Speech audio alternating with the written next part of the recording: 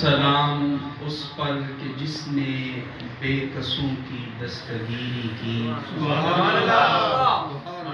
سلام اس پر کہ جس نے بے کسوں کی دستگیری کی، سلام اس پر کہ جس نے بادشاہی میں فقیری کی،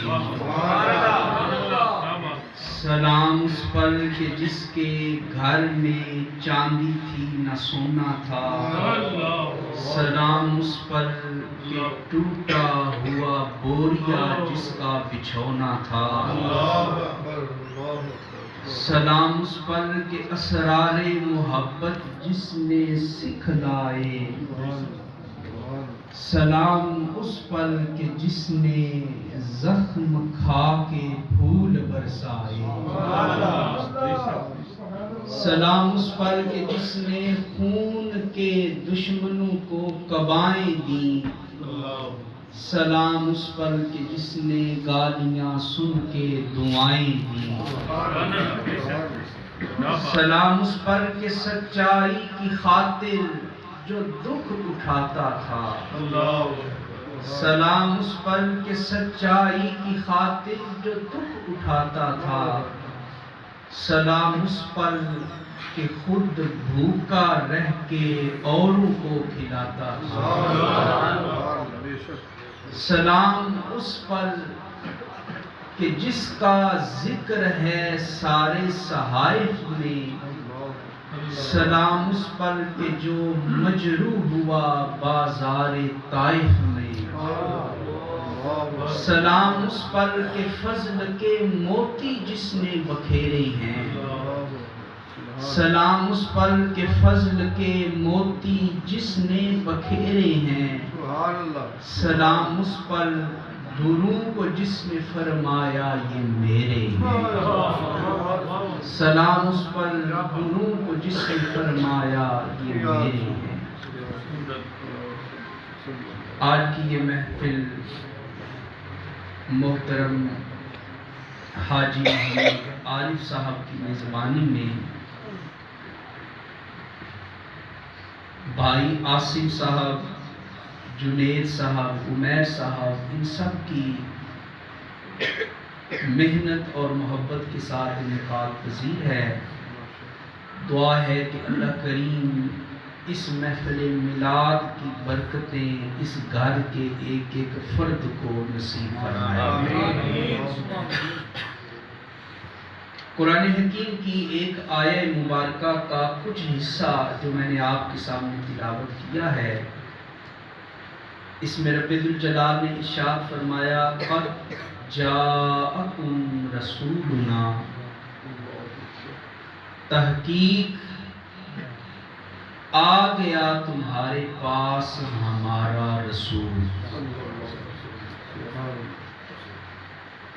آیت مبارکہ کا کیا ترجمہ ہے؟ تحقیق آ گیا تمہارے پاس ہمارا رسول۔ یہاں دو ضمیریں ہیں، ایک ہے قد جاءکم، کم ضمیر، اس کا مطلب ہے تمہارے پاس آیا۔ آگے ہے رسولنا، اس میں نا ضمیر ہے، اس کا مطلب ہے ہمارا رسول۔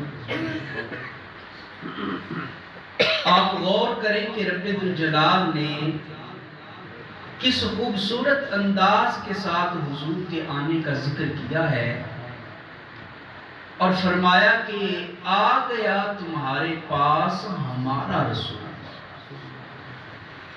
آپ ذرا سوچیں کہ وہ رسول کتنی شانوں والا ہوگا کہ ہم کہتے ہیں ہمارا رسول ہے اور رب کہتا ہے کہ میرا رسول ہے۔ ذرا غور کریں کہ اس مدینے والے آقا کی شان کتنی اونچی ہے کہ یہ غلام کہہ رہے ہیں کہ ہمارا رسول ہے اور رب فرما رہا ہے کہ ہمارا رسول ہے۔ اے باری تعالیٰ ذرا بتا تو صحیح کہ رسول ہے کس کا؟ تو جواب آتا ہے لَقَدْ مَنَّ اللَّهُ عَلَى الْمُؤْمِنِينَ المؤمنین اذ بعث فیہم رسولا، لوگوں یہ رسول ہے تو ہمارا، مگر ہم نے مومنوں پہ بڑا احسان کیا ہے جو اپنی شانوں والا رسول تمہیں عطا فرما دیا۔ رسول ہے تو ہمارا، مگر ہم نے احسان کیا ہے جو اپنی شانوں والا رسول تمہیں عطا فرما دیا ہے۔ اسی لیے اعلیٰ حضرت فرماتے ہیں سب سے اولا و اعلیٰ، سب سے بالا و اعلیٰ ہمارا نبی۔ آپ ذرا غور کریں کہ اس لفظ کے اندر جو کشش ہے، ہمارا نبی، آپ اس کی لذت محسوس کریں، اس کی حلاوت محسوس کریں، اور تھوڑی دیر دل سے کہہ کے دل کی طرف توجہ کریں کہ جب ہم کہتے ہیں کہ ہمارا نبی، تو ایمان سے بتائیے گا کہ کلیجے میں ٹھنڈ پڑتی ہے کہ نہیں پڑتی؟ ہمارا نبی، ہمارا نبی، سب سے اولا و اعلیٰ۔ بعض لوگ سوال کرتے ہیں کہ میلاد کا مہینہ آتا ہے تو یہ رونق، یہ چرچے، یہ محفلیں کیوں سجاتے ہو؟ تو ہم جواب دیتے ہیں بھائی اس لیے سجاتے ہیں کہ اس مہینے میں وہ عظیم رسول آیا ہے جس کو اللہ نے ہمارا نبی بنا کے بھیجا۔ ہمارا نبی۔ باپ 10 سال باہر رہ کے پاکستان آئے، ایئرپورٹ پہ اترے، وہاں پہ بچے موجود ہوتے ہیں، مگر اس آدمی کو دیکھ کر کسی کو خوشی نہیں ہوگی، کیونکہ اس کا تعلق ہی نہیں ہے ان بچوں کے ساتھ۔ وہ باپ اپنے شہر میں آ جائے، شہر میں اس کو بچے کھیلتے ہوئے نظر آئیں، بچے جب اس شخص کو دیکھیں گے تو بچوں کو بھی خوشی نہیں ہوگی، کیونکہ تعلق کوئی نہیں، واسطہ کوئی نہیں۔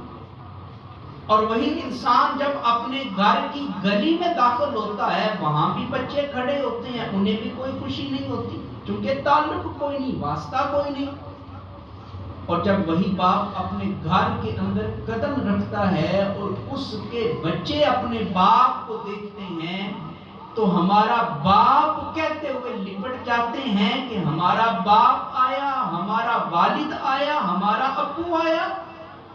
باقیوں کو خوشی کوئی نہیں، کیونکہ ان کا تعلق کوئی نہیں تھا، اور ان بچوں کو خوشی ہے چونکہ ان کا تعلق ہے اپنے باپ کے ساتھ۔ اب جب میلاد کا مہینہ آتا ہے تو ہمیں بھائی کیوں خوشی ہوتی ہے؟ اس لیے کہ میلاد کے مہینے میں رب نے آمنہ کے لال کو بھیجا ہے تو ہمارا نبی بنا کے بھیجا۔ سب سے اولا و اعلیٰ، ہمیں کیوں خوشی ہے؟ اس لیے کہ ہمارا تعلق ہے حضور کے ساتھ۔ ہمارا کیا ہے؟ حضور کے ساتھ تعلق ہے، حضور کے ساتھ واسطہ ہے۔ اور جس کا حضور کے ساتھ تعلق ہوتا ہے نا، وہ حضور کے آنے کی خوشی کرتا ہے، حضور کے میلاد کی خوشی کرتا ہے۔ جب حضور ہجرت فرما کے مدینہ منورہ تشریف لائے تھے تو مدینہ کے مسلمانوں کو حضور کے مدینے میں آنے کی خوشی تھی، اور پھر ان بچیوں نے اپنی خوشی کا اظہار کیسے کیا تھا؟ طلع البدر علینا من ثنیات الوداع وجب الشکر علینا ما دعا للہ داعی۔ اور اس کا ترجمہ کسی شاعر نے اردو میں کس انداز سے کیا؟ شاعر کہتا ہے کہ آنے والا کوئی معمولی نہیں، کہیں معصوم بچیاں تھیں دف بجاتی تھیں، کہیں معصوم بچیاں تھیں دف بجاتی تھیں، رسول پاک کی جانب اشارہ کر کے کہتی تھیں کہ ہم ہیں بچیاں نجار کے عالی گھرانے کی، خوشی ہے آمنہ کے لال کے تشریف لانے۔ خوشی ہے آپ کو بھی؟ ذرا پڑھ لیں میرے ساتھ، خوشی ہے آمنہ کے لال کے تشریف لانے کی۔ اب کوئی آپ سے پوچھے کہ اے مسلمانوں، میلاد کے مہینے میں یہ جھنڈیاں، یہ لائٹیں، یہ بینر، یہ بیج کیوں لگاتے ہو؟ تو آپ نے ایک ہی جواب دینا ہے، یہ اس لیے لگاتے ہیں کیونکہ خوشی ہے آمنہ کے لال کے۔ کوئی آپ سے پوچھے کہ یہ لنگر، یہ چاول، یہ سالن، یہ بریانی، یہ جوس، یہ بوتلیں، یہ اہتمام کیوں کرتے ہو؟ تو آپ نے کہنا ہے اس لیے کرتے ہیں خوشی ہے آمنہ کے لال کے تشریف لائے۔ سب سے اولا و اعلیٰ ہمارا نبی، ذرا محبت سے بولیں، سب سے اولا و اعلیٰ ہمارا نبی، سب سے بالا و اعلیٰ ہمارا نبی، خلق سے اولیاء، اولیاء سے رسول، اور رسولوں سے اعلیٰ ہمارا نبی، رسولوں سے اعلیٰ ہمارا نبی، رسولوں سے اعلیٰ۔ حضور کس سے اعلیٰ ہے؟ رسولوں سے۔ حضور کس سے اعلیٰ ہے؟ ذرا بولیں، چونکہ میں تو نعت خواں بھی نہیں ہوں کہ مجھے کوئی فرمائش کرے کہ آپ یہ پڑھ دیں یہ پڑھ دیں، مجھے تو جو آتا ہے میں نے وہی پڑھنا ہے۔ تو اس لیے ذرا وقت اگرچہ ہو چکا لیکن زیادہ لمبا نہیں کریں گے، تھوڑا حضور کی ثنا خوانی میں شامل ہو جائیں۔ اعلیٰ حضرت کیا کہہ رہے ہیں؟ خلق سے اولیاء، اولیاء سے رسول، اور رسولوں سے اعلیٰ ہمارا نبی۔ حضور رسولوں سے بھی اعلیٰ ہے۔ حضور کس سے اعلیٰ ہے؟ رسولوں سے بھی اعلیٰ۔ حضور کی شان سمجھنی ہو تو پہلے رسولوں کی شان سمجھنا پڑے، یا یوں کہہ لیجئے کہ اگر امام کی شان سمجھنی ہو تو پہلے مقتدی کی شان سمجھنا پڑے گی۔ اب دیکھیں اللہ نے حضور کو کتنی شان عطا فرمائی ہے۔ ایک جنگ میں صحابہ جہاد کر رہے ہیں، ایک صحابی کی تلوار ٹوٹ جاتی ہے، صحابی بارگاہ رسالت میں آتے ہیں اور آ کر عرض کرتے ہیں حضور میری ہمت سلامت ہے، میرا جذبہ بھی سلامت ہے، حضور اگر تلوار کا بندوبست ہو جائے تو میں جہاد کر سکتا ہوں، میں لڑائی کر سکتا ہوں، ابھی جذبہ سلامت ہے، ابھی ہمت سلامت ہے۔ حضور نے کیا کیا؟ حضور ایک درخت کے پاس تشریف لے گئے، ہاتھ بڑھایا، درخت کی شاخ کو اتارا اور صحابی رسول کے سپرد کر دیا۔ آپ ذرا غور کریں اور مجھے بتائیں صحابی مانگنے کے لیے کیا آئے ہیں؟ لوہے کی تلوار مانگنے کے لیے آئے ہیں، اور حضور کیا عطا فرما رہے ہیں؟ لکڑی کی شاخ عطا فرما رہے ہیں۔ صحابی مانگنے کے لیے آئے ہیں لوہے کی تلوار، اور حضور عطا فرما رہے ہیں لکڑی کی شاخ۔ مگر وہ صحابی حضرت عکاشہ کہتے ہیں جب حضور نے مجھے وہ پکڑائی ہے تو وہ لکڑی کی شاخ ہے، مگر جب میرے ہاتھوں میں آئی ہے تو لوہے کی تلوار بن چکی ہے۔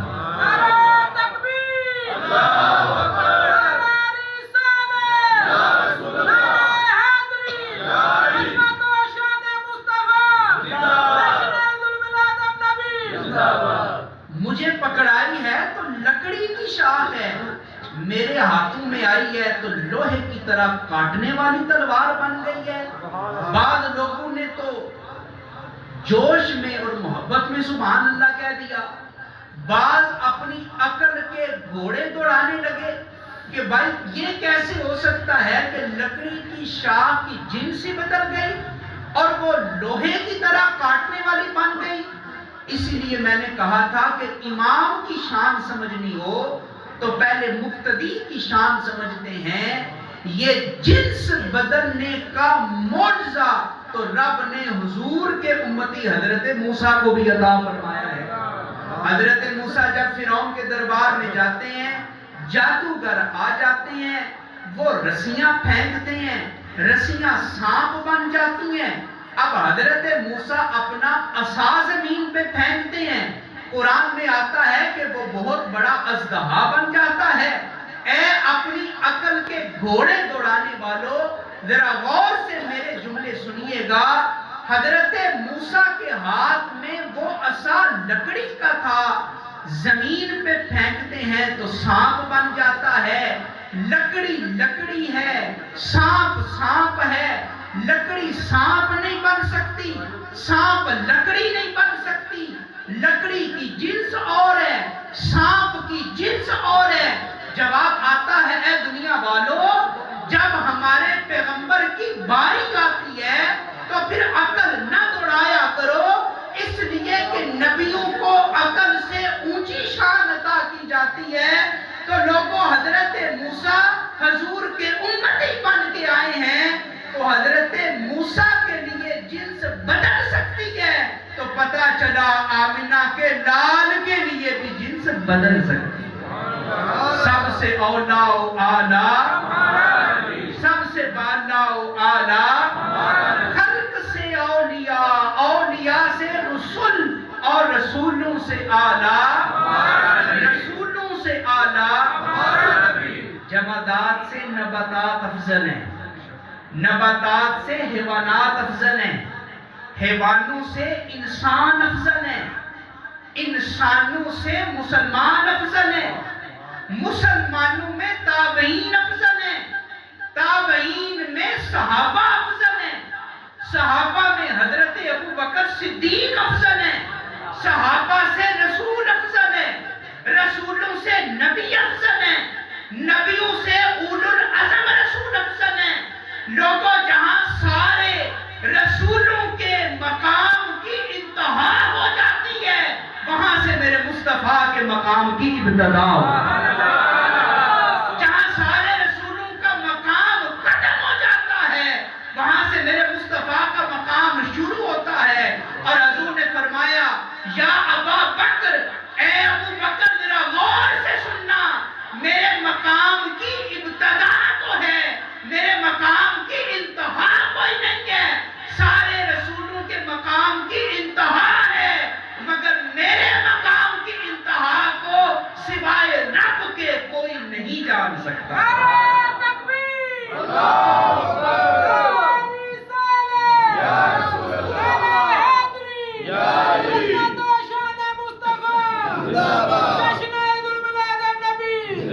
اب آپ کو اعلیٰ حضرت کا یہ شعر سمجھ آئے گا. اعلیٰ حضرت کی شاعری برائے شاعری نہیں ہے. اعلیٰ حضرت کی شاعری کی تفسیر پڑھو، یا قرآن کی آیت کی تفسیر نظر آتی ہے، یا مدینے والے مصطفیٰ کی حدیث کی تفسیر نظر آتی ہے. اعلیٰ حضرت کہتے ہیں خلق سے اولیاء، اولیاء سے رسول. خلق مخلوق سے اوپر ولی ہیں، اور پھر ولی سے اوپر رسول ہیں. اعلیٰ حضرت کہتے ہیں خلق سے اولیاء، اولیاء سے رسول، اور رسولوں سے اعلیٰ. ہمارا نبی کا ورد کرنے ذرا، اور رسولوں سے اعلیٰ. کون دیتا ہے دینے کو منہ چاہیے، دینے والا ہے سچا. اعلیٰ حضرت کہتے ہیں تمہیں مانگنا نہیں آتا، تیرے پاس وہ زبان نہیں ہے، تیرے پاس وہ منہ نہیں ہے، تیرے پاس وہ الفاظ نہیں ہے، تو مانگ کے تو دیکھ، مدینے والے مصطفیٰ آج بھی عطا کرنے والا. کون دیتا ہے دینے کو منہ چاہیے، دینے والا ہے سچا، دینے والا ہے سچا. قرآن حکیم میں رب الجلال نے ارشاد فرمایا، تلک الرسل فضلنا بعضهم علی بعض منہم من کلم اللہ ورفع بعضهم درجات. فرمایا ہم نے جو رسول بھیجے ہیں نا، ہم نے بعض کو بعض کے اوپر فضیلت دی ہے. کسی کو ہم نے کلیم اللہ بنا دیا، کلام کرنے والا، اور فرمایا ورفع بعضهم درجات. اس آیت کی تفسیر میں مفسرین لکھتے ہیں کہ اس میں رب نے حضور کی عظمت کا بیان کیا ہے. رب کائنات نے فرمایا کہ میں نے جو پیغمبر بھیجے، میں نے جو نبی بھیجے، میں نے جو رسول بھیجے، وہ سارے عظمتوں والے، وہ سارے رفتوں والے، وہ سارے شانوں والے. مگر یاد رکھنا، سارے رسولوں سے بڑھ کے اللہ نے کسی کو مقام عطا فرمایا ہے تو مدینے والے مصطفیٰ کو عطا فرمایا. اور اللہ نے حضور کو کتنا مقام عطا فرمایا ہے، ہمارے پاس عقل ہی نہیں کہ ہم مقام مصطفیٰ کا اندازہ لگا سکیں. آپ میں سے کسی شخص کے پاس 2-4 بوریاں آ جائے چاولوں کی، اور آپ چلے جائیں بازار سنیارے کے پاس اور کہیں جناب اپنے ترازو میں ذرا ان چاولوں کا وزن تو کر دو. وہ زرگر، وہ سنیارہ کیا کہے گا؟ بھائی اپنی عقل کا علاج کرو، میرے پاس جو ترازو ہے اس میں منو اور ٹنوں کا وزن نہیں ہوتا، اس میں ماشے کا تولے کا وزن ہوتا ہے۔ اپنی عقل کا علاج کراؤ، میرے پیمانے میں اتنی طاقت نہیں ہے۔ کوئی شخص آپ دیکھیں کہ وہ بالٹی پکڑ کے سمندر کے کنارے کھڑا ہو اور وہ بالٹی پانی بھر بھر کے باہر نکال رہا ہو، آپ اسے پوچھیں کہ میاں کیا کر رہے ہو، اور وہ بولے جناب میں نے اس بالٹی کے ساتھ سارے سمندر کا پانی نکال دینا ہے، تو مجھے بتائیں وہ پانی نکال سکتا ہے؟ آپ بولیں گے میاں اپنی عقل کا علاج کراؤ، تیری بالٹی میں اتنا ظرف ہی نہیں، تیری بالٹی میں اتنی وسعت ہی نہیں۔ یا آپ کسی ایسے بندے کو دیکھیں جو کیلکولیٹر ہاتھ میں پکڑ کے بیٹھا ہو، آپ پوچھیں میاں کیا کر رہے ہو، اور وہ بولے کہ یہ آسمان کے اوپر جو ستارے چمک رہی ہے نا میں ان کو گن رہا ہوں، میں ان کی گنتی کر رہا ہوں، تو مجھے بتائیں وہ اپنے کیلکولیٹر میں گنتی کر سکے گا؟ نہیں کر سکے گا۔ تو اب آپ سمجھ گئے میں جہاں آپ کو لانا چاہتا ہوں، رب نے میرے مصطفیٰ کو اتنا اعلیٰ مقام عطا فرما دیا ہے کہ کائنات کی ساری عقلیں ایک طرف، کائنات کے سارے ذہن ایک طرف، کائنات کی ساری ذہانتیں ایک طرف، رب نے ساری عقلوں سے بڑھ کے میرے مصطفیٰ کو مقام عطا فرمایا۔ اتنے بے وقوف ہیں وہ لوگ جو کہتے ہیں حضور کو اس چیز کا پتہ تھا، اس چیز کا پتہ نہیں تھا، حضور دیوار کے اس طرف کا علم رکھتے تھے، دیوار کے اس طرف کا علم نہیں رکھتے تھے۔ کتنے بے وقوف ہیں لوگ جو کہتے ہیں حضور یہ دے سکتے تھے، حضور وہ نہیں دے سکتے تھے، حضور یہ کر سکتے تھے، حضور وہ نہیں کر سکتے تھے۔ ارے اپنی عقل کا علاج کراؤ، اپنے ذہن کا علاج کراؤ۔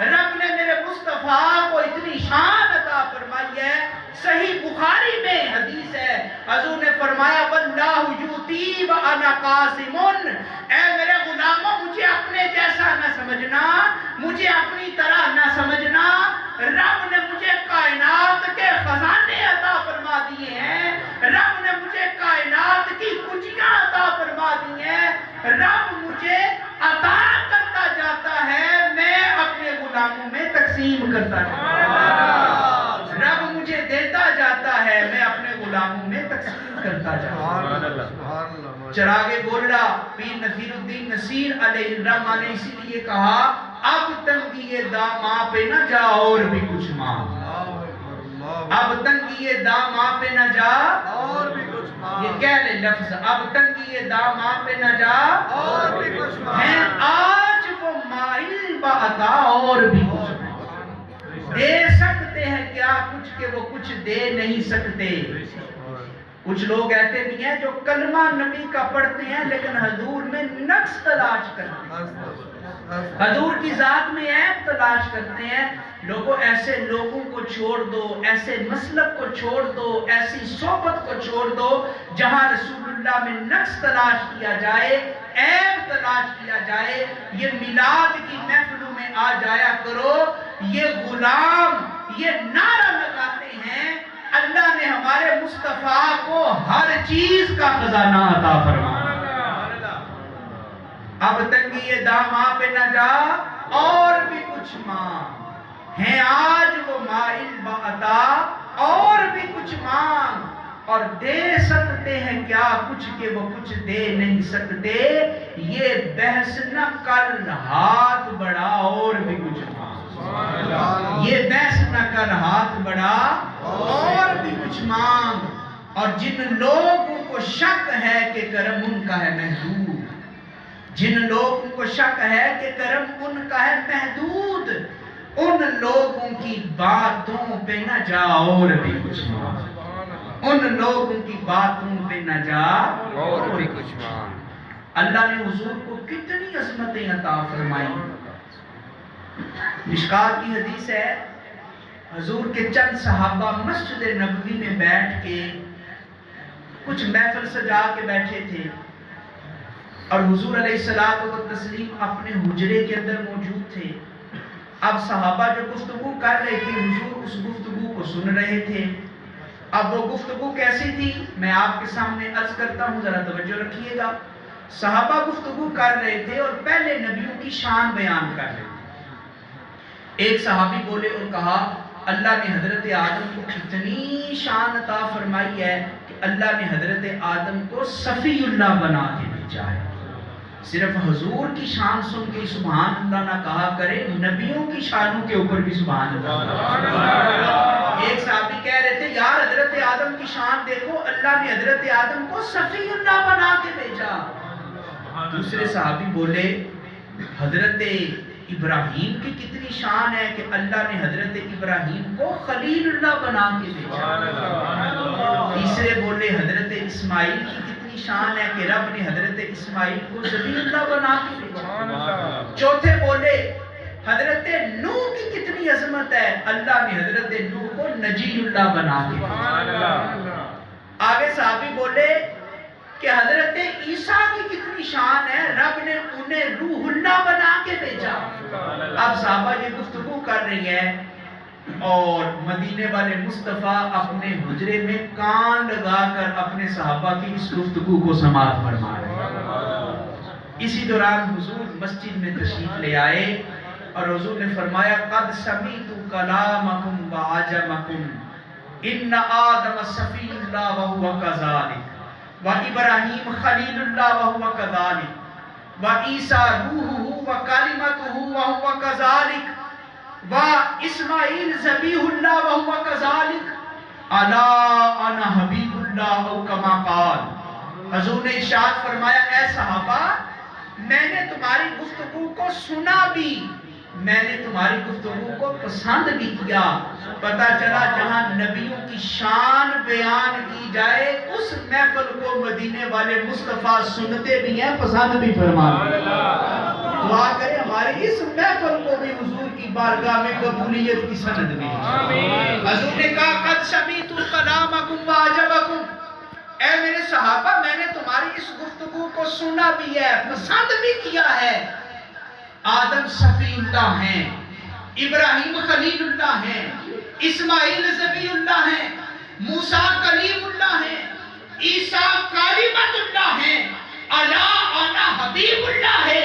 مگر دل کے کانوں سے سننا، اللہ نے آدم کو صفی اللہ بنایا، ابراہیم کو خلیل اللہ بنایا، اسماعیل کو ذبیح اللہ بنایا، موسیٰ کو کلیم اللہ بنایا، نوح کو نجی اللہ بنایا. مگر غور سے سنو میں اللہ کا حبیب بن کے آیا، انا حبیب اللہ، میں اللہ کا حبیب بن کے آیا ہوں. سارے نبیوں کی بڑی شانیں ہیں، بڑی عظمتیں ہیں. کسی نبی کی ادنا سی بھی بے ادبی کرو دائرہ اسلام سے نکل جاؤ گے. سارے نبیوں کی بھی بڑی عظمت ہے مگر مدینے والے مصطفیٰ کو بھی رب نے بڑی شانیں عطا فرمائی ہیں. کلیم اللہ کی بھی بڑی شان ہے، حبیب اللہ کی بھی بڑی شان ہے. مگر فرق کیا ہے ذرا محبت سے سنیے گا. کلیم اللہ وہ ہوتا ہے جو عرض کرتا ہے باری تعالیٰ میری دعا قبول فرما دے. مگر حبیب اللہ وہ ہوتا ہے جس کو رب کہتا ہے سورہ مصطفیٰ مانگ ہم آپ کی دعا کو قبول کریں.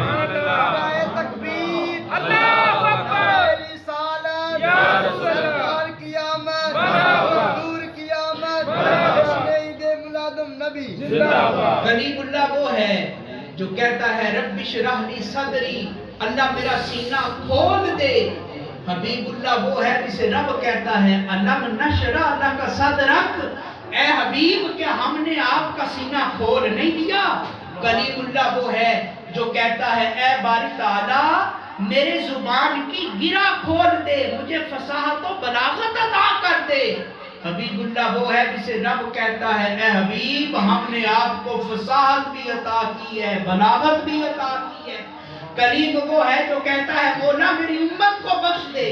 اور حبیب وہ ہے کہ جس کو رب کہتا ہے اے پیارے مصطفیٰ ہم نے آپ کی امت کو بخش دیا ہے. کلیم وہ ہے جو کہتا ہے مولا میں تجھے دیکھنا چاہتا ہوں. حبیب وہ ہے جسے رب کہتا ہے سونے میں تمہیں دیکھنا چاہتا ہوں. لوگوں کلیم اللہ وہ ہے جو رب کے دیدار کے لیے کوہ طور پہ جاتا ہے. حبیب اللہ وہ ہے جو رب کے دیدار کے لیے عرش معلیٰ پہ جاتا ہے. سب سے اولا و اعلیٰ، سب سے بالا و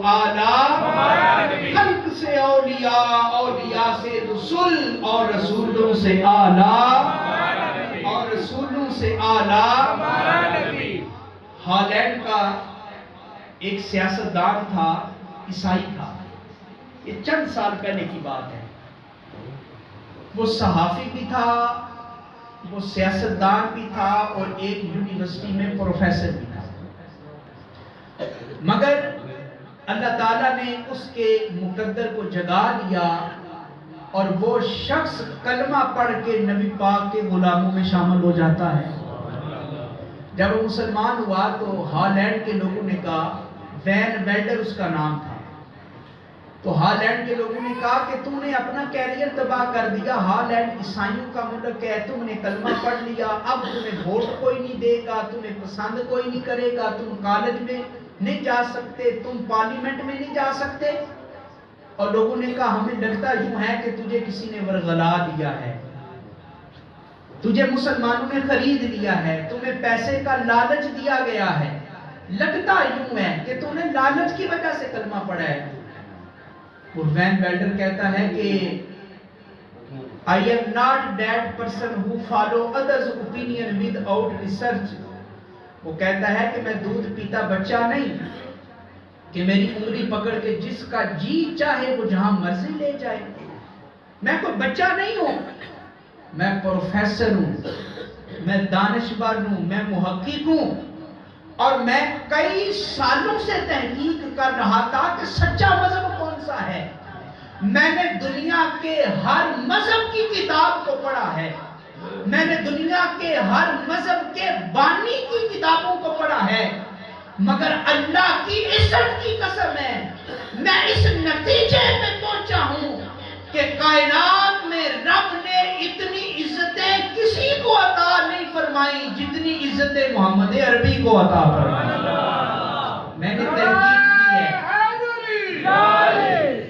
تحقیق کی ہے، میں نے ریسرچ کی ہے، میں نے کئی سالوں کی کتابوں کو کھنگالا ہے، اور میں اس نتیجے پہ پہنچا ہوں کہ کائنات میں کوئی سچا مذہب ہے تو مدینے والے مصطفیٰ کا ہی سچا مذہب، اور پھر اس کا نام محمد حمزہ اس نے رکھا۔